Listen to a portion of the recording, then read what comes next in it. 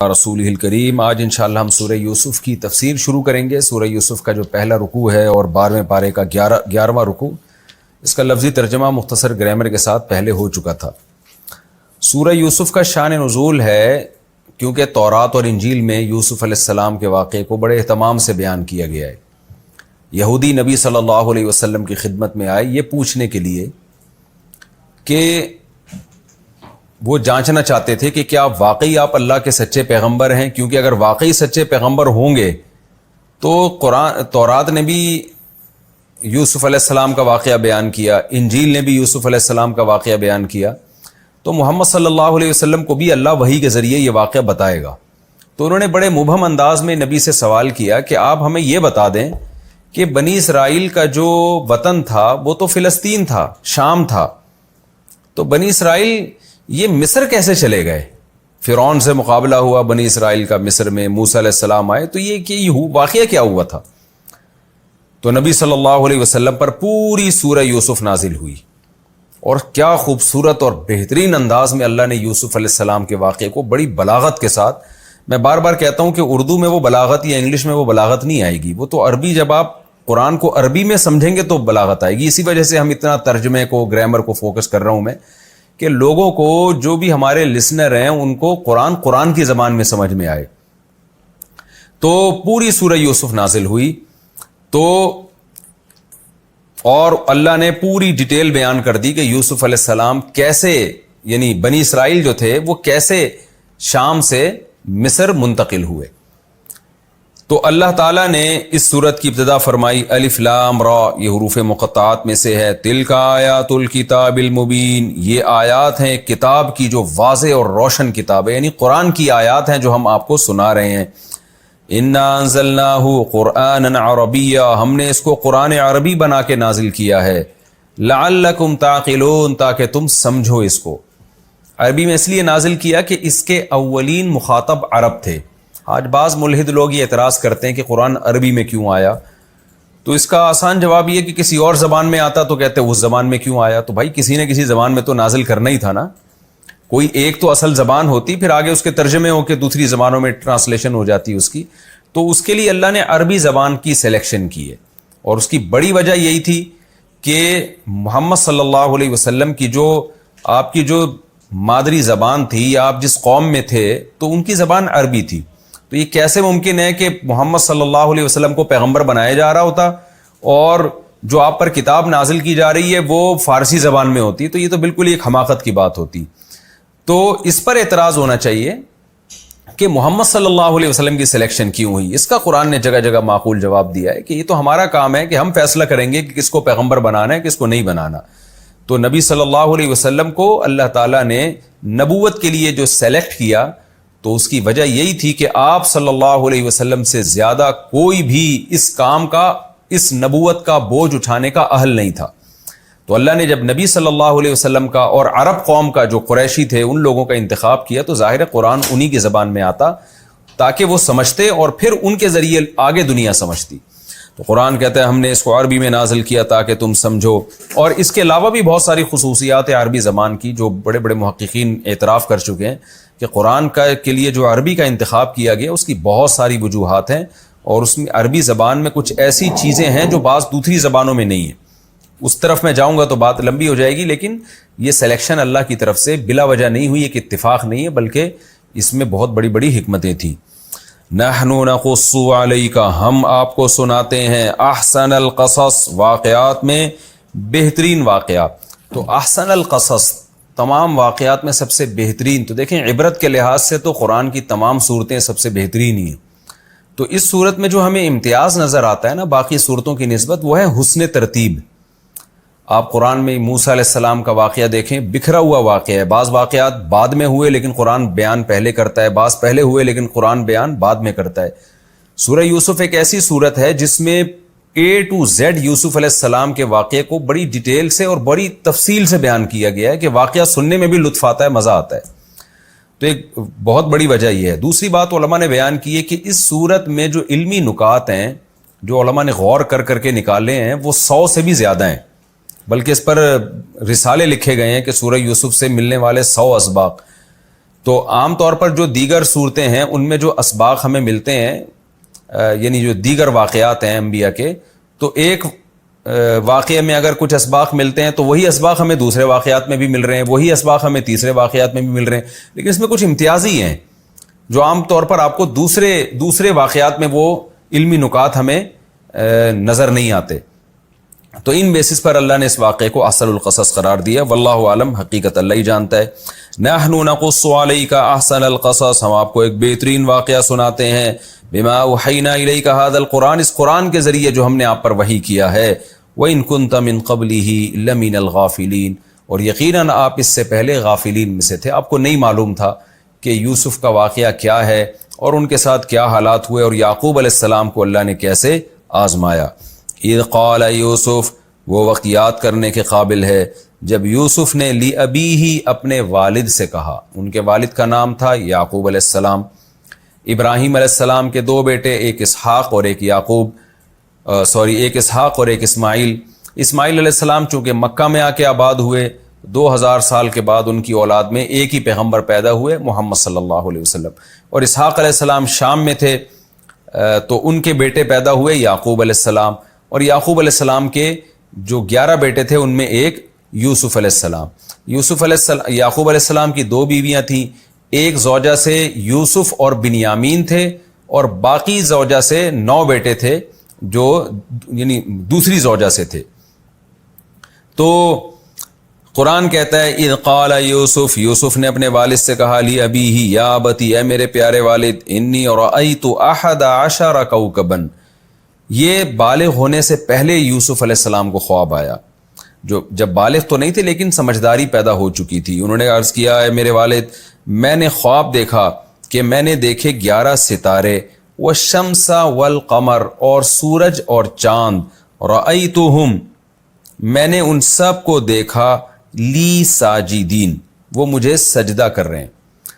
میں نے شاید غلطی سے کہہ دیا 9 بیٹے تھے، 11 سوتیلے بیٹے تھے، سوتیلے بھائی تھے یوسف علیہ السلام کے. میں نے ان سب کو دیکھا کہ وہ مجھے سجدہ کر رہے ہیں. قال یا بنی، یعقوب علیہ السلام سمجھ گئے کہ یہ کوئی بہت بہترین خواب ہے، تو کہنے لگے اے میرے پیارے بیٹے، یہ خواب آپ اپنے بھائیوں کو نہ سنائیے. فَيَكِيدُوا لَكَ كَيْدًا، تو وہ آپ کے خلاف کوئی تدبیر نہ کر بیٹھیں. یعنی یعقوب علیہ السلام کو اس بات کا خطرہ ہوا کہ جب بھائیوں کے سامنے، وہ بھائی بھی سوتیلے ہیں، ان کو یہ خواب سنائیں گے تو ان کے دل میں حسد پیدا ہوگا کہ ہمارے اس بھائی کو اتنے اچھے خواب آ رہے ہیں، اتنے خوبصورت خواب آ رہے ہیں. وہ پہلے ہی جلتے تھے، حسد کرتے تھے کہ یوسف علیہ السلام میں کچھ ایسی صفات تھیں جن کی وجہ سے یعقوب علیہ السلام ان سے محبت زیادہ کیا کرتے تھے. تو اس کی بیس پر ان کے دل میں پہلے ہی حسد ہے. باپ اپنی اولاد کو زیادہ جانتا ہے، تو انہوں نے کہا کہ اپنے بیٹوں کو، دوسرے بھائیوں کو نہ سنانا، ان میں حسد کی آگ زیادہ بڑھ جائے گی، اور ایسا نہ ہو کہ تمہارے خلاف کوئی تدبیر کر دیں. ان الشیطان للانسان عدو مبین، بے شک شیطان انسان کا کھلا ہوا دشمن ہے، وہ تمہارے بھائیوں کو تمہارے خلاف ورغلائے گا. وَكَذَلِكَ يَجْتَبِيكَ رَبُّكَ، اب خواب کی تعبیر بتاتے ہوئے کہنے لگے کہ اس طرح سے مجھے لگتا ہے کہ تمہارا رب تمہیں منتخب کرے گا. یعنی تمہیں جو خواب دکھایا گیا ہے یہ کچھ علامتیں، کچھ اشارے اللہ کی طرف سے مل رہے ہیں کہ تمہارے ساتھ اللہ کے کچھ الگ معاملات ہونے والے ہیں. وَيُعَلِّمُكَ مِن تَأْوِيلِ الْأَحَادِيثِ، اور اللہ تمہیں خوابوں کی تعبیر بھی سکھائے گا. اب یعقوب علیہ السلام نے یہ کیسے اندازہ لگایا اس خواب کے ذریعے کہ اللہ ان کو خوابوں کی تعبیریں سکھائے گا؟ اس کے بارے میں قرآن و سنت خاموش ہے. یہ یعقوب علیہ السلام کی یا تو فراست تھی یا ان کو اللہ نے وحی کے ذریعے بتایا کہ اللہ تعالیٰ یوسف علیہ السلام کو خوابوں کی تعبیروں کا علم دینے والے ہیں. وَيُتِمُّ نِعْمَتَهُ عَلَيْكَ، اور اللہ اپنی نعمت آپ پر مکمل کرے گا. یعنی اللہ نے آپ پر یہ تو انعام کیا کہ آپ کو ایک ایمان والے گھر میں پیدا کیا، پیغمبر کی اولاد بنایا، یہ بڑے بڑے انعامات ہیں. پھر یعقوب علیہ السلام یوسف علیہ السلام سے اس لیے بھی بے پناہ محبت کرتے تھے کہ ان میں دیگر بھائیوں والی خامیاں نہیں تھیں، بلکہ بہت زیادہ گاڈ گفٹڈ کچھ صلاحیتیں تھیں ان کے اندر. ان میں پرہیزگاری تھی، تقویٰ تھا. بچپن سے ہی وہ دیکھ رہے تھے کہ یہ جو میرا بیٹا ہے یہ دوسروں سے ممتاز ہے. کچھ چیزیں ہوتی ہیں نا بچوں میں، ہوتی ہیں کچھ اخلاقی طور پہ، بچے جھوٹ بھی بول لیتے ہیں، بچے چوری بھی کر لیتے ہیں، کچھ طرح کی چیزیں ہوتی ہیں جن میں وہ مکلف نہیں ہوتے، ان کو گناہ نہیں ملتا. لیکن بعض بچے ایسے ہوتے ہیں بچپن سے ہی ان کے اندر ایک رشد و ہدایت ہوتی ہے، ان میں لالچ ذرا بھی نہیں ہوتی، وہ دوسروں کو اپنی ذات پہ ترجیح دے رہے ہوتے ہیں. تو ایسی کچھ بہت ساری اخلاقی صفات یعقوب علیہ السلام نے یوسف علیہ السلام میں دیکھی تھی، جن کی بیس پر وہ ان سے محبت بھی بہت زیادہ کرتے تھے، اور اس خواب کے بعد انہوں نے اندازہ لگا لیا کہ یوسف کو جو اللہ نے صلاحیتیں دی ہیں، جو نعمتیں دی ہیں، اللہ ان نعمتوں کی تکمیل کرنا چاہتا ہے، یعنی اور زیادہ ان نعمتوں کو بڑھانا چاہتا ہے، کہ اللہ ان سے کوئی بہت بڑا کام لینا چاہتا ہے۔ وعلی آل یعقوب، اور اللہ آپ پر اپنی نعمت کو مکمل کرے گا، اور آپ پر بھی اور آل یعقوب پر بھی، یعنی میری آل پر بھی، میری آل پر بھی اللہ تعالیٰ یہ نعمت مکمل کرے گا۔ یہ یعقوب علیہ السلام نے کیوں فرمایا؟ وہ جانتے تھے کہ ابراہیم علیہ السلام سے اللہ نے بہت ساری قربانیاں لی تھیں، ان قربانیوں کے صلے میں اللہ نے ابراہیم سے یہ وعدہ کیا تھا کہ میں آپ کی اولاد کو بھی نبوت سے نوازوں گا، آپ کی اولاد میں بھی خیر پیدا ہوگی۔ تو یعقوب علیہ السلام تو پیغمبر تھے جو ابراہیم علیہ السلام کے پوتے تھے، تو یعقوب علیہ السلام کو یہ خیال ہوا کہ میری اولاد میں بھی اللہ اگر نبوت کو جاری کرے گا تو ظاہر آل یعقوب پر احسان ہوگا نا، تو وہ میرے بیٹے یوسف کے ذریعے اللہ کرنا چاہتا ہے۔ اس خواب سے مجھے لگ رہا ہے کہ جو اللہ نے ہمارے خاندان پر ایک خاص فضل کیا ہے، تو اس فضل کا جو فضل چلے گا نا ہماری نسلوں میں، یوسف کے ذریعے اللہ چلانا چاہتے ہیں۔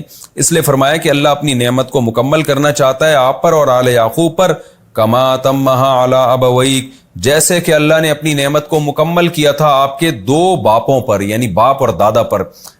وہ باپ کون تھے؟ ابراہیم اور اسحاق۔ جیسے اللہ نے ان پر اپنا فضل کیا تھا، تو اللہ آپ کے ذریعے آل یعقوب پر اپنا مزید فضل کرنا چاہتا ہے۔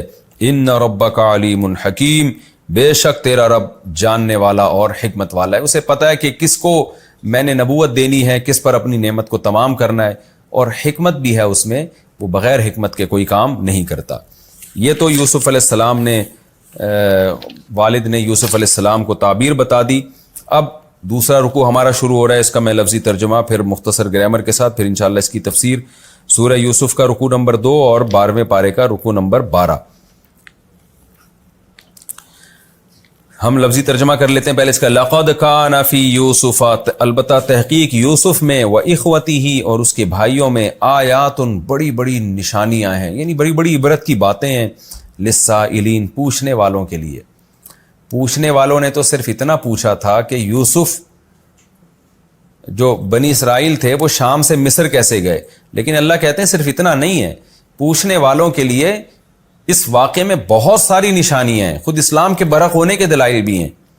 اذ قالوا لیوسف، جب وہ کہنے لگے، یعنی یوسف کے بھائی کہنے لگے، لیوسف، البتہ تحقیق یوسف، واخوہ، اور اس کا بھائی یعنی جو سگا بھائی ہے بنیامین، احب الی ابینا، احب، احبب، اکرمو، افضلو کی طرح، اضربو کی طرح، اس میں تفضیل، وہ زیادہ محبوب ہے، الی ابینا، ہمارے باپ کو، منا، ہم سے، من الگ تھا، نہ الگ تھا، ہم سے زیادہ محبوب ہمارے والد کو یوسف اور اس کا بھائی ہے، ونحن عصبۃ، حالانکہ ہم تو ایک جماعت ہیں۔ عصبہ کہتے ہیں مضبوط جماعت کو، اصل میں عصبہ پٹھوں کو کہتے ہیں۔ آپ نے کہا نا، آپ نے سنا ہوگا لفظ اعصابی کمزوری ہے، اعصاب جواب دے گئے ہیں، لوگ کہتے ہیں نا میرے اعصاب تھک گئے ہیں، تو یہ پٹھے ہوتے ہیں نا، مسلز، ان کو عربی میں، اردو میں بھی اور عربی میں بھی اعصاب کہا جاتا ہے۔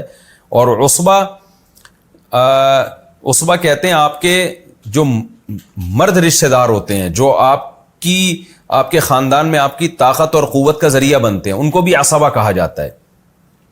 جیسے بیٹا ہے، باپ ہے، چچا ہے، بھتیجا ہے، یہ سب عربی میں عصبہ کہلاتے ہیں، وہ یہ بھی پٹھوں کی طرح ہوتے ہیں جو آپ کو تقویت دیتے ہیں۔ تو عصبہ اسی سے نکلا ہے، جماعت کو کہا جاتا ہے، ایک مضبوط جماعت جو آپ کو تقویت دیتی ہے۔ تو وَنَحْنُ عُصْبَةٌ، ہم تو مضبوط جماعت ہیں، یعنی ہم 11 بڑے بڑے بھائی ہیں اور طاقتور لوگ ہیں۔ تو ابا کو چاہیے کہ ہمیں زیادہ، ہم پہ زیادہ توجہ دے، لیکن وہ ایک چھوٹے بھائی جو کمزور ہے اس کو زیادہ محبوب بنایا ہوا ہے۔ اِنَّ أَبَانَا، بے شک ہمارے ابا، لفی ضلال مبین، کھلی غلطی میں پڑے ہوئے ہیں۔ یہ خوب سمجھ لیں، یہاں ضلال کا مطلب گمراہی نہیں ہے، وجہ اس کی یہ ہے کہ یعقوب علیہ السلام کے بیٹے وہ سارے مسلمان تھے، قرآن سے صاف پتہ چلتا ہے، وہ سارے مومن تھے، وہ توحید پرست تھے، اور پیغمبر کی جو توہین ہے نا، اس سے انسان اسلام سے خارج ہو جاتا ہے، مذہب سے خارج ہو جاتا ہے۔ پیغمبر کو گمراہ قرار دینا یہ کسی مومن کے لیے ممکن نہیں ہے۔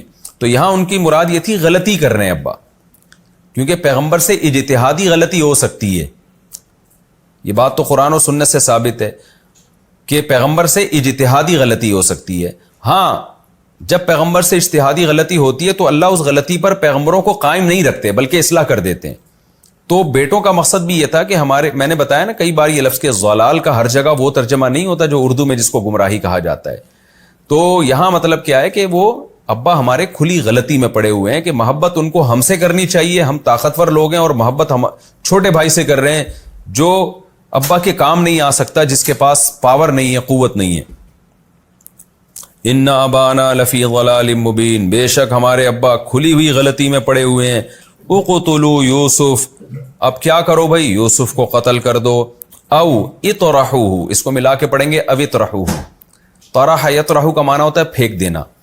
اطرحوہ, یا اس کو پھینک آؤ, ڈال آؤ, ارضن, ایک ایسی زمین میں, یخلو لکم, کہ خالی ہو جائے تمہارے لیے. خلا یخلو کا معنی خالی ہونا, خلوت تنہائی میں جانا. خالی ہو جائے تمہارے لیے وجہ ابیکم, تمہارے ابا کا چہرہ, تمہارے ابا کا چہرہ وہاں سے ہٹ کے تمہارے لیے فارغ ہو جائے. ابھی تو ابا کی توجہ وہاں پر ہے. وَتَكُونُوا مِن بَعْدِهِ, اور ہو جاؤ پھر تم اس کے بعد قوماً صالحین, نیک لوگ. یعنی توبہ کر لینا, بعد میں نیک بن جانا. ایک دفعہ غلطی کر لو پھر بعد میں توبہ کر لینا. قال قائل منہم, کہا ان میں سے ایک کہنے والے نے, ان 11 بھائیوں میں سے ایک نے کہا, لا تقتلوا یوسف, یوسف کو قتل مت کرو. وَأَلْقُوهُ, اور اس کو ڈال دو. القا یلقی, القاءً کا معنی پھینک دینا, ڈال دینا. اصل میں تھا القیو, اکرمو کی طرح. وَأَلْقُوهُ, اور اس کو ڈال آؤ. فی غیابۃ الجب, ایک دور دراز کنویں میں. جب عربی میں کنویں کو کہتے ہیں, اور غیابت غیبوبت, غیب کہتے ہیں چھپی ہوئی چیز کو نا. تو غیابت الجب کا مطلب ایسا کنواں جو چھپا ہوا ہو, یعنی آبادی سے بالکل دور, دور دراز علاقوں میں کسی کنویں میں ڈالاؤ. کیا ہوگا اس سے؟ یلتقطہ, التقط یلتقط التقاطا کا معنی اچکنا. لقطہ کہتے ہیں گمشدہ چیز کو جس کو اچکا جاتا ہے. گمشدہ چیز ہوتی ہے نا, کوئی بھی آ کے اس کو اچک لیتا ہے. تو التقاط کا معنی اچکنا. یلتقطہ بعض السیارہ, سیر عربی میں سفر کرنے کو کہتے ہیں. سیرو فی الارض ہے نا, سائر چلنے والا, سیارہ چلنے والی جماعت. تو یلتقطہ بعض السیارہ, تو بعض چلنے والے جو مسافروں کی کوئی گروہ گزرے گا یہاں سے, وہ ان کو اچک لے گا. ان کنتم فاعلین, اگر تم کچھ کرنا چاہتے ہو. قالو, کہنے لگے سب مل کے نا, یا ابانا, اے ہمارے ابا, ما لکا, آپ کو کیا ہو گیا, لا تأمنا, امین یأمنو کا معنی اعتماد کرنا. امین قابل اعتماد کو کہتے ہیں نا, صادق اور امین. لا تأمنا, کہ آپ ہم پر اعتماد نہیں کرتے. امین یأمنو, تأمن الگ تھا, نا الگ تھا, ملا کے تأمنا ہو گیا. آپ ہم پر اعتماد نہیں کرتے, علی یوسف, یوسف کے بارے میں. وَإِنَّا لَهُ, اور بے شک ہم ہیں, انا اصل میں تھا انا نا, لہو ہم ہیں اس کے لیے, لناصحون, خیر خواہی چاہنے والے. ایک ہے فعل مضارع نصح ینصح, تو یہ نہیں کہہ رہے کہ انا ننصح لہو, ہم اس کے خیر خواہ ہوں گے. نا نا نا, انا لہو لام تاکید کے لیے, ناصحون, ہم تو ہیں ہی اس کے خیر خواہ, ہم سے زیادہ خیر خواہ کون ہو سکتا ہے. ارسلہ, ارسل یرسل ارسالا کا معنی بھیجنا. ارسلہ, بھیجی آپ اس کو, معنا, ہمارے ساتھ, غدن, کل صبح. ہوگا کیا, یرتع, کچھ کھا پی لے گا. رتع یرتع کا معنی چرنا بھی ہوتا ہے, جیسے جانور چر رہا ہوتا ہے, اور اس کا معنی ہوتا ہے جنگل میں جا کے مختلف جگہوں سے کھانا پینا. ایک کھانا تو وہ ہوتا ہے نا جس کو اکل اور شرب کہا جاتا ہے, ہم بیٹھ کے تسلی سے کھاتے ہیں. ایک ہوتا ہے رتع یرتع, مختلف جگہوں سے کھانا.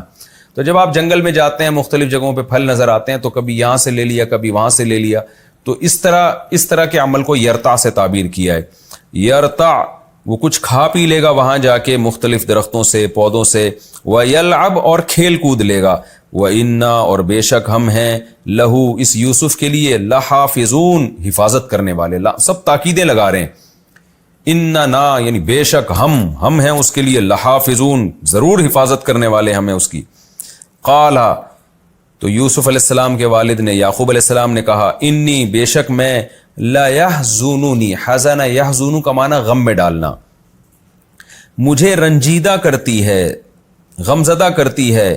کیا, ان تذهبوا، یہ بات کہ تم تذهبوا به یوسف کو لے جاؤ گے، واخاف اور میں خوف زدہ ہوتا ہوں، ان یاکلہ الذئب کہ کھا لے گا اس کو بھیڑیا، جنگل میں بھیڑیے بھی ہوتے ہیں، ذئب بھیڑیا کو کہتے ہیں، کہ کہیں اس کو بھیڑیا نہ کھا لے، وانتم عنہ غافلون اور تم اس سے غافل ہو. یعنی میں تو نہیں کہہ رہا کہ تم خود کھلاؤ گے بھیڑیے کو یا تمہاری موجودگی میں بھیڑیا کھا لے گا، لیکن تم غفلت میں جنگل میں کھیل کود میں لگے ہوگے اور کہیں بھیڑیا اٹھا کے اس کو لے نہ جائے، اس بات کا مجھے خطرہ ہے.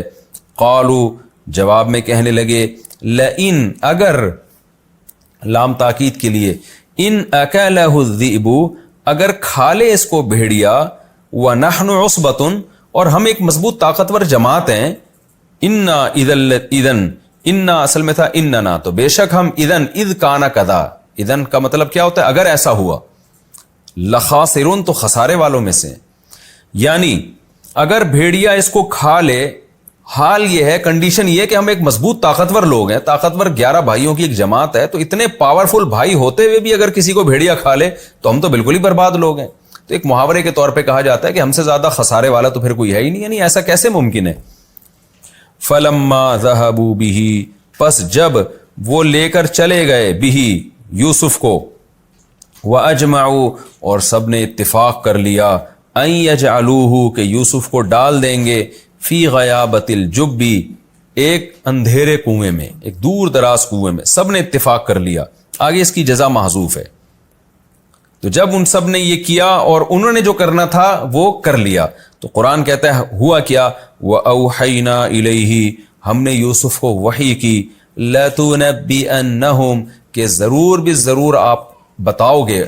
نبأ ينبأ کا معنی خبر دینا، نبا خبر کو کہتے ہیں، نبأ ينبئ کا معنی خبر دینا. تو لَتُنَبِّئَنَّهُمْ نون تاکید کے لیے آپ ضرور بھی ضرور ان کو خبر دو گے، بِأَمْرِهِمْ هَذَا ان کے اس کام کی. یہ جو کچھ آپ کے ساتھ کر رہے ہیں نا، ایک وقت آئے گا آپ ان کو بتا رہے ہوگے کہ تم نے میرے ساتھ یہ کیا تھا. وَأَنْتُمْ عَنْهُ وَهُمْ لَا يَشْعُرُونَ اور ان کو شعور بھی نہیں ہے کہ تم ایک دفعہ ان کو خبر دو گے. تفسیر میں انشاءاللہ اس کی ڈیٹیل بتاؤں گا. وَجَاءُوا أَبَاهُمْ اور پھر یہ بھائی آئے اپنے ابا کے پاس، عشاءً رات کے وقت، یبکون روتے ہوئے. بکا یبکی کا معنی رونا، بکاءً مصدر آتا ہے، یبکون اصل میں یبکیون تھا. قالوا کہنے لگے، یا ابانا اے ہمارے ابا، انا اصل میں تھا اننا بے شک ہم، ذهبنا ہم گئے، نستبقو دوڑ کا مقابلہ کر رہے تھے. سبق یسبقو کا معنی ہوتا ہے دوسرے سے آگے نکلنا، استبق یستبقو کا معنی دوڑ کے مقابلہ کرنا. تو ہم ایک دوسرے سے دوڑ کے مقابلے میں بھاگ رہے تھے.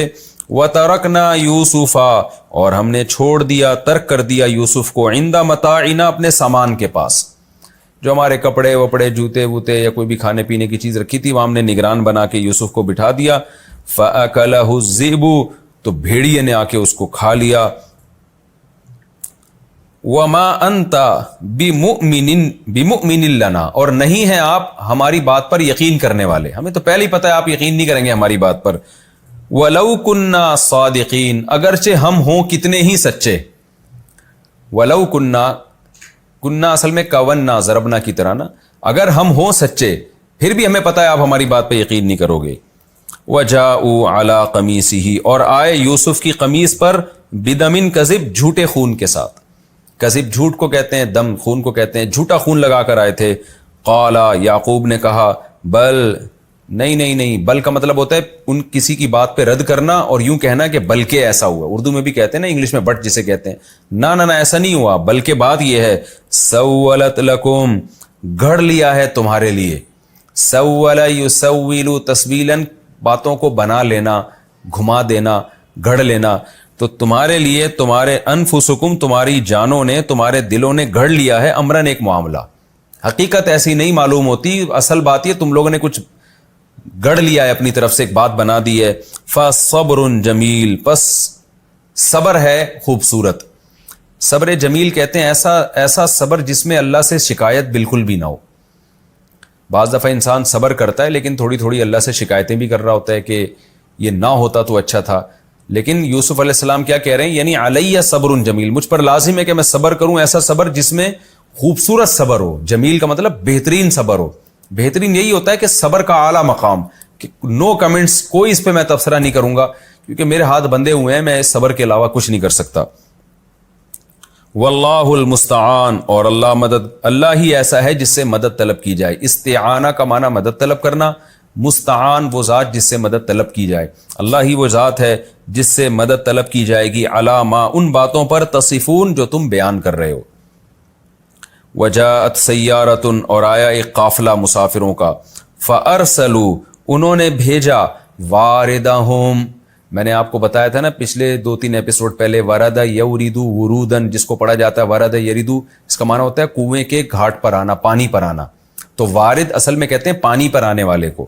تو فارسلوا واردہم، انہوں نے پانی پر آنے والے کو بھیجا، یعنی ایک ایسے شخص کو بھیجا جو پانی پر گیا، یعنی جاؤ پانی لے کر آؤ.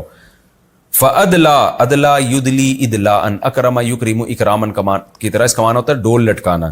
فادلا دلوہ، دلو ڈول کو کہتے ہیں، اس نے ڈول لٹکایا. ایک شخص گیا مسافروں میں سے اور کنویں میں جا کے اس نے ڈول لٹکایا. قال یا بشرا، کہنے لگا ہائے خوشخبری. بشرا خوشخبری کو کہتے ہیں، یا کا معنی ہائے، چیخا نا، اے خوشخبری. ھذا غلام، یہ تو لڑکا ہے. غلام عربی میں اس غلام کو نہیں کہتے جس کو ہم غلام کہتے ہیں. جس کو اردو میں غلام کہتے ہیں اس کو عربی میں عبد کہتے ہیں، ورنہ عربی میں جو غلام کا لفظ ہے وہ لڑکے کو کہا جاتا ہے. ھذا غلام، یہ تو لڑکا ہے. وَأَسَرُّوهُ، اور سارے قافلے نے ان کو چھپا لیا. بضاعتن، ایک کاروبار کا سامان سمجھ کے. بضاعہ کہتے ہیں پونجی، جو آپ انویسٹ کر کے کچھ پیسے کما لیتے ہو، یا کوئی بھی ایک سرمایہ ہوتا ہے نا، اس کا آسان ترجمہ ہوگا سرمایہ. اسرو، اسرا یسرو، اسرارن کا معنی چھپا لیا، چھپانا. اسرار کہتے ہیں نا، اس میں بڑے سر کی بات ہے، اسرار ہیں اس میں، سری نماز، جہری نماز. وَأَسَرُّوهُ، اور انہوں نے اس یوسف کو چھپا لیا. بضاعتن، ایک سرمایہ سمجھ کے کہ بہترین یعنی یہ بکے گا مارکیٹ میں، غلام بنا کے ہم اس کو بازار میں بیچیں گے. واللہ علیم، اور اللہ جانتا تھا. بما یعملون، جو کچھ یہ لوگ عمل کر رہے تھے، اللہ سب دیکھ رہا ہے عرش پہ بیٹھ کے. وَشَرَوْهُ بِثَمَنٍ بَخْسٍ، اور انہوں نے یوسف کو بیچ ڈالا. اشترا یشتری، اشتراء کا معنی خریدنا باب افتعال سے، اور شرا یشری کا معنی بیچنا. اصل میں تھا شرا یا یشریو، جو باع یبیع، بیع کہتے ہیں نا، اس کو شرا بھی کہتے ہیں. تو کبھی یہ خریدنے کے معنی میں بھی آتا ہے لیکن یہاں پر بیچنے کے معنی میں ہے. وَشَرَوْهُ، اور انہوں نے بیچ ڈالا یوسف کو. بِثَمَنٍ بَخْسٍ، تھوڑے سے پیسوں میں. ثمن کہتے ہیں ایک چیز ہوتی ہے قیمت. قیمت عربی میں کہتے ہیں کسی بھی چیز کی مارکیٹ ویلیو کو. جیسے ہم کہتے ہیں نا یہ چیز کی قیمت یہ ہے، کیا مطلب اس کی مارکیٹ میں یہ ویلیو ہے. اور ایک چیز ہوتی ہے سمن. سمن کہتے ہیں خریدتے وقت جو آپ کسی چیز کی قیمت پے کر رہے ہوتے ہو، اس کو عربی میں سمن کہا جاتا ہے. تو وہ کبھی اصل قیمت سے زیادہ بھی ہوتا ہے، کبھی اصل قیمت سے کم بھی ہوتا ہے، جو بھی بارگیننگ کے نتیجے میں آپ کسی چیز کی قیمت طے کر لیتے ہیں. تو قیمت کا مطلب جو مارکیٹ ویلیو، اور سمن کا مطلب جو عملاً آپ کسی چیز کے بدلے میں کسی کو کچھ دے رہے ہوں. تو قرآن کہتا ہے وَشَرَوْهُ بِثَمَنٍ بَخْسٍ، انہوں نے بیچ ڈالا یوسف کو بہت تھوڑے سے پیسوں میں. دراہما، وہ چند درہم تھے. معدودہ، گنے چنے. حالانکہ غلام تو بہت قیمتی چیز ہوا کرتی تھی، لیکن انہوں نے بہت تھوڑے سے پیسوں میں بازار میں فروخت کر دیا. کیوں؟ وَكَانُوا فِيهِ، اور تھے وہ لوگ یوسف میں، من الزاہدین، بے رغبتی کرنے والے. زہد فی دنیا کہتے ہیں دنیا سے بے رغبتی، یعنی دنیا کے اندر بے رغبتی. زاہد کہتے ہیں نا جو بڑا زہد والا ہے، کیا مطلب دنیا سے رغبت نہیں رکھتا. تو زاہدہ فی شیئن کا معنی کسی چیز میں بے رغبتی دکھانا. تو وَكَانُوا فِيهِ من الزاہدین، اور تھے وہ لوگ یوسف میں بے رغبتی کرنے والے، جان چھڑانے چاہتے تھے کہ بس جلدی سے ان کو کسی طرح ہم بیچیں. تو یہ تو جناب سورہ یوسف کے دوسرے رکوع کا لفظی ترجمہ ہو گیا. اب ہم اس کی تفسیر کی طرف چلتے ہیں. لَقَدْ كَانَ فِي يُوسُفَ وَإِخْوَتِهِ آيَاتٌ لِلسَّائِلِينَ. اللہ یوسف علیہ السلام کا واقعہ اللہ نے تمہید بیان کی اس سے پہلے رکوع میں کہ یوسف کو خواب آیا، انہوں نے اپنے والد سے بتایا. ان کے والد نے کہا بھائیوں کو مت بتانا، ایسا نہ ہو شیطان ان کو تمہارے خلاف ورغلائے. جانتے تھے یوسف یعقوب علیہ السلام پہلے سے دیکھ رہے تھے کہ بھئی بھائی ان سے حسد کرتے ہیں، تو اس لیے منع کیا. اب قرآن پورا واقعہ ڈیٹیل سے شروع کر رہا ہے کہ بے شک یوسف اور اس کے بھائیوں کے واقعات میں بہت ساری نشانیاں ہیں پوچھنے والوں کے لیے. بہت سے عبرت کی باتیں آئیں گی اس میں جنہیں تمہیں عبرت ملے گی. اذ قالوا لیوسف، وہ وقت یاد کرنے کے قابل ہے جب وہ بھائی کہنے لگے لیوسف واخوہ احب الی ابینا منا، کہ یوسف اور اس کا بھائی جو ہے وہ ہمارے باپ کو ہم سے زیادہ محبوب ہے. وَنَحْنُ عُصْبَةٌ، جبکہ ہم تو ایک مضبوط جماعت بھی ہیں. یعقوب علیہ السلام کو جو خطرہ تھا نا کہ بھائیوں میں حسد ہے، اس لیے انہوں نے منع کیا کہ بھائیوں کو خواب نہ سنانا، تو خواب سنائے بغیر ہی وہ پہلے سے اس حسد کی بیس پہ الٹی الٹی تدبیریں کر رہے تھے. اور تدبیروں کی بیس کیا تھی کہ باپ کو محبت یوسف سے زیادہ ہے اور اس کے بھائی سے، ہم سے محبت کم ہے. علماء نے یہاں بیان کیا ہے کہ عین ممکن ہے کہ یعقوب علیہ السلام کو جو بنیامین سے بھی زیادہ محبت تھی وہ بھی یوسف کی وجہ سے ہو، کیونکہ جب انسان کو کسی سے بہت محبت ہوتی ہے تو اس کے محبوب سے بھی محبت ہوتی ہے. تو چونکہ یہ دونوں ایک ہی ماں کی اولاد تھے تو اس لیے یوسف علیہ السلام کے بھی میلان، جو انسان کی نیچر ہے کہ وہ جب باپ ایک اور ماں بھی ایک ہی ہو تو ان میں زیادہ مضبوط رشتہ ہوتا ہے بنسبت اس کے کہ مائیں الگ الگ ہوں. جتنا رشتہ دور ہوتا چلا جائے گا ظاہر محبت کی بیس کمزور ہوتی چلی جائے گی. تو اسی بیس پر بنیامین سے بھی بہت زیادہ محبت تھی یوسف علیہ السلام کو، تو شاید یہی وجہ ہو کہ یعقوب علیہ السلام بنیامین سے بھی اسی طرح محبت کر رہے ہوں. اسی وجہ سے انہوں نے بنیامین کے خلاف سازش نہیں کی بلکہ یوسف علیہ السلام کے خلاف سازش کی کہ اصل وجہ یوسف ہے، ان کو باپ کی نگاہوں سے دور کر دو تاکہ ابا کا چہرہ تمہارے لیے خالی ہو جائے اور وہ تم سے محبت شروع کر دیں. تو جو علمی نکات ہیں وہ انشاءاللہ میں آخر میں خلاصے کے طور پہ آپ کے سامنے پیش کروں گا. تو کہنے لگے کہ ہم مضبوط جماعت ہیں، یعنی عام طور پر ہوتا یہی ہے نا کہ جو بچے ابا کو کما کے دے رہے ہوں یا ابا سمجھتے ہوں کہ یہ میرے کام آئیں گے، مضبوط لوگ ہیں، تو ماں باپ کی رغبت اکثر انہی کی طرف زیادہ ہوتی ہے. تو کہنے لگے کہ یوسف اور اس کا بھائی ہمارے ابا کو زیادہ محبوب ہے حالانکہ ہم جماعت ہیں.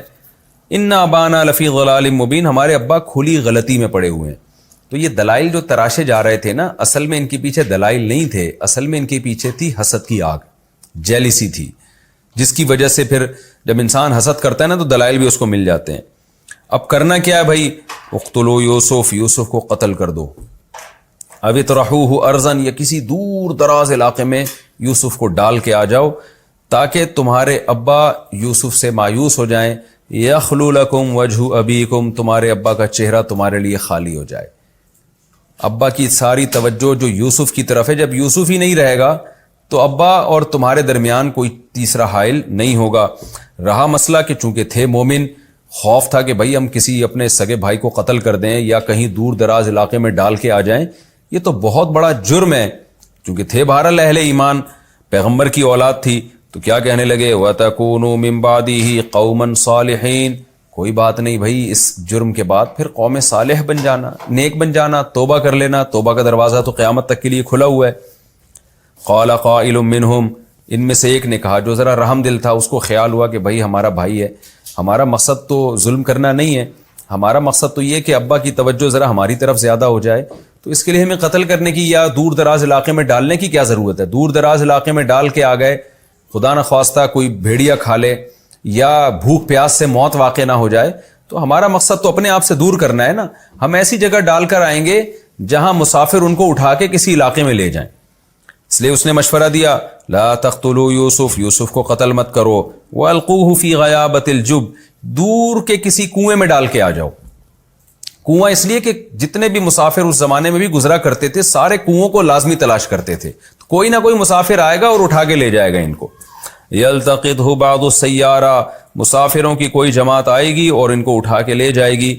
ان کنتم فاعلین، اگر تم کچھ کرنا ہی چاہتے ہو. اس سے معلوم ہوتا ہے کہ یہ والا جو بھائی ایسا تھا، یہ بھائی ایسا تھا جس کی خواہش تھی کہ یہ بھی نہ ہو، یعنی یہ ہم غلط کر رہے ہیں، ٹھیک ہے ہمیں حسد ہے، جیلسی ہے، اس کا کوئی اور حل تلاش کرو. اس کو ابا سے اتنا دور کر دینا یا اس پہ ظلم کرنا یا ابا پہ ظلم کرنا یہ ٹھیک نہیں ہے. لیکن اگر کچھ کرنا ہی ہے تو سب سے کم نقصان والی یہ صورت ہے. اس سے یوسف محفوظ بھی ہو جائے گا، ابا سے دور بھی ہو جائے گا، زندگی بھی ضائع نہیں ہوگی، ابا کچھ دن یاد کر کے بھول جائیں گے. تو یہ ہمارے لیے سب سے کم نقصان دہ والی چیز ہے. ان کنتم فاعلین، اگر تم نے کچھ کرنا ہی ہے تو یہ سب سے زیادہ سوٹیبل طریقہ ہے. سب نے اتفاق کیا ہاں بھئی یہ والا طریقہ بہترین ہے. قالوا یا ابانا، آ گئے ابا کے پاس، کہنے لگے اے ہمارے ابا، ما لک لا تأمنا علی یوسف، آپ کو کیا ہو گیا کہ آپ یوسف کے بارے میں ہم پہ اعتماد ہی نہیں کرتے؟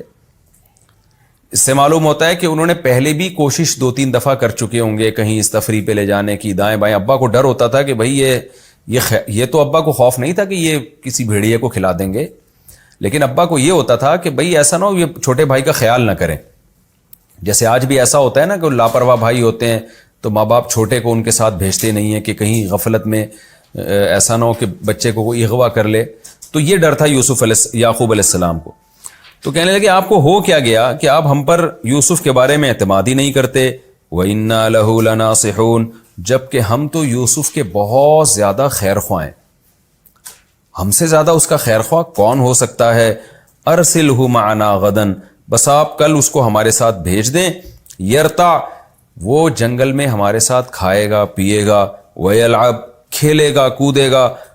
اور وَإِنَّا لَهُ لَحَافِظُونَ، حفاظت ہم کریں گے اس کی. تو یعقوب علیہ السلام نے کیا فرمایا؟ انی لا یحزننی، مجھے غم ہے اس بات کا، ان تذهبوا به، کہ تم اس کو لے کر جاؤ گے. یہ بات مجھے رنجیدہ کرتی ہے، میں خوش نہیں ہوں اس بات سے. واخاف، اور میں ڈرتا ہوں، ان یاکلہ الذئب، کہ بھیڑیا نہ اس کو کھا لے. تم غفلت میں ہوگے، کوئی جانور آ کے کھا جائے گا تو اس سے بچے کو نقصان ہوگا. وانتم عنہ غافلون، تم غفلت میں ہوگے. قالوا لئن اکلہ الذئب، کہنے لگے اگر بھیڑیا اس کو کھا لے، ونحن عصبۃ، اور ہم ایک مضبوط جماعت ہیں، تو انا اذا لخاسرون، پھر تو یہ ہم بہت ہی خسارے میں ہیں. لیکن آیات سے کیا پتہ چل رہا ہے کہ جب انسان کوئی تدبیر بری کرتا ہے نا تو الفاظ کا سلیکشن بڑی، یعنی اس کا انتخاب بڑا زبردست ہوتا ہے. مکر و فریب جب انسان آتا ہے نا تو وہ بہت ہی خوبصورت انداز میں آپ کو ورغلانے کی کوشش کرتا ہے. میں اکثر بیانات میں کہتا ہوں نا، جب بھی کوئی روحانی علاج والا آتا ہے نا تو جتنی عقیدت وہ ظاہر کرتا ہے، میں نے کبھی نہیں دیکھا کسی اور کو ایسی عقیدت ظاہر کرتے ہوئے. تو میرے پاس جب بھی کوئی روحانی علاج والا آتا ہے وہ ایسا بچھا جا رہا ہوگا میرے اوپر، ایسا مر رہا ہوگا کہ جیسے اس سے زیادہ نیک دنیا میں کوئی ہے ہی نہیں. میں اسی میں سمجھ جاتا ہوں کہ یہ ڈرامے باز ہے. آج بھی ایک روحانی علاج والا آتے ہی مجھے کہتا ہے آئی لو یو مفتی صاحب، آئی لو یو، فلموں کے ڈائلاگ بولنا شروع کر دیے اس نے. تو یہ مکار لوگوں کا طریقہ کار ہوتا ہے. میں سمجھ گیا کہ میں پہلے حیران ہوا کہ اتنی مٹھاس کیوں ہے. پھر میں نے جب اس سے تعارف پوچھا کہ آپ کرتے کیا، اس نے کہا روحانی علاج کرتا ہوں. آج ہی کی بات ہے، میں سمجھ گئی آئی لو یو یہ کیوں کہہ رہے اتنا زیادہ. تو یوسف علیہ السلام کے بھائی کا بھی یہی انداز تھا. یہ نہیں کہہ رہے کہ ہم حفاظت کریں گے اور ہم بھیڑیا اس کو نہیں کھانے دیں گے، ہم اس کے قریب بیٹھے رہیں گے، بلکہ کیا اسٹائل ہے، کہہ رہے ہیں کہ ہمارے ہوتے ہوئے اگر اس کو بھیڑیا کھا لے، ہم اتنے پاورفل بھائی، تو یہ تو ہم برباد ہو گئے. پھر یہ تو ہمارے لیے بڑی خسارے کی بات ہے. آپ کیسی باتیں کر رہے ہیں، یہ ہو ہی نہیں سکتا. ابا کو انہوں نے اس طرح سے ورغلایا. حضرت یعقوب علیہ السلام ان کی باتوں میں آ گئے، حالانکہ جانتے تھے کہ یہ جیلسی کا شکار ہیں، لیکن جب انہوں نے اس طرح سے لفاظی کی ہے تو وہ بھی آ گئے ان کی باتوں میں کہ بھئی جب اتنی تاکید کے ساتھ کہہ رہے ہیں تو حفاظت کریں گے. فلما ذهبوا به، قرآن کہتا ہے جب یوسف کو لے کر گئے، واجمعوا، اور سب نے اتفاق کر لیا. شروع میں تو اختلاف چل رہا تھا، کوئی کہہ رہا تھا یہ کرو، کوئی کہہ رہا تھا یہ کرو، ہو سکتا ہے کوئی یہ بھی کہہ رہا ہو کہ کچھ بھی نہ کرو ان میں، لیکن بالآخر سب نے اتفاق کر لیا. ان یجعلوه فی غیابۃ الجب، کہ دور کے کنویں میں ڈال دیں گے. اوحینا الیہ، ہم نے یوسف کو وحی کی. یہ وحی نبوت والی وحی نہیں ہے، کیونکہ وہ قرآن میں آگے آ رہا ہے کہ وہ بالغ ہونے کے بعد یوسف علیہ السلام کو نبوت ملی ہے.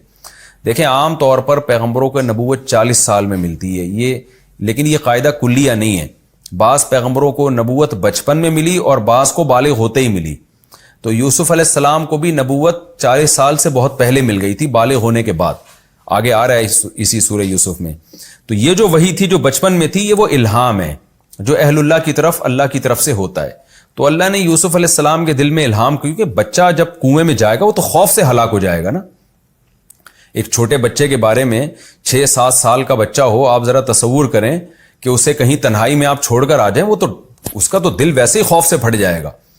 اور پھر اس کنویں میں رات گزرنے کا بھی اندیشہ تھا. تو یہ تو بھائیوں نے تو صفاقی کا مظاہرہ کیا، لیکن یوسف علیہ السلام نے تو پھر ہلاک ہو جانا تھا، بالکل موت کا شکار ہو جانا تھا خوف سے. تو اللہ کہتے ہیں ہم نے ان کے دل میں وحی کر دی، تسلی دے دی.